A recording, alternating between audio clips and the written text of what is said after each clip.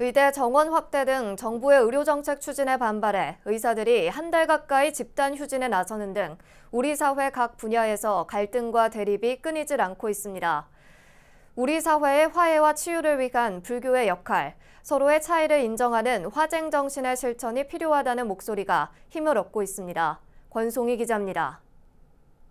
의과대학 정원 확대와 공공의대 설립 등 법안 추진을 둘러싸고 정부와 의료계는 한 달 가까이 양보 없는 대치를 이어왔습니다. 다행히 민주당과 정부, 의료단체는 밤샘 협상을 통해 의대 정원 확대 등을 원점에서 재검토하기로 합의했지만 내부 반발이 이어지는 등 후유증이 계속되는 모습입니다. 하지만 강대강 대치로 인해 의료 공백이 길어지면서 국민은 많은 불편과 고통을 겪어야 했습니다. 자기 어머님이 코로나 말고 다른 걸로 해서 많이 아프셨는데 입원을 하려 해도 입원도 못 하시고 너무 힘든다고. 무엇보다 환자의 생명을 담보로 한 의사들의 집단 이기주의에 대한 비판도 적지 않았습니다. 반면 의료개혁이란 명분 아래 정부가 충분한 의견 수렴 없이 정책을 밀어붙였다며 책임론에 대한 지적도 나옵니다.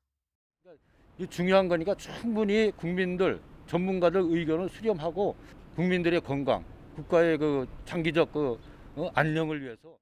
특히 코로나19 재확산에 대한 위기감이 고조되는 상황에서 치달은 갈등과 대립은 대화와 소통을 소홀히 했다는 목소리로 이어졌습니다. 우리 사회의 문제와 갈등을 해결하는 데 앞장서온 조계종 화쟁위원회는 이번 사태에 대해 상호 불신을 해소하는 일이 우선이라며 중재자로 나서겠다고 자처하기도 했습니다. 불교계는 서로의 차이를 인정하고 상대방도 옳을 수 있다는 화쟁 정신의 실천을 바탕으로 합의점을 찾아가야 한다고 강조했습니다. 서로 옳다고 생각하는 쟁론이 벌어진 것인데 이건 화합으로 가는 화론으로 만들려고 하면은 결국은 자기 주장을 좀 더 객관적으로 보는 안목이 필요하죠. 갈등과 다툼이 전혀 없는 것이 아니라 다투되 평화롭게 싸우는 것이 핵심으로 옳음이 어떻게 다른가를 살펴보는 이른바 화쟁적 성찰이 필요한 때라는 겁니다.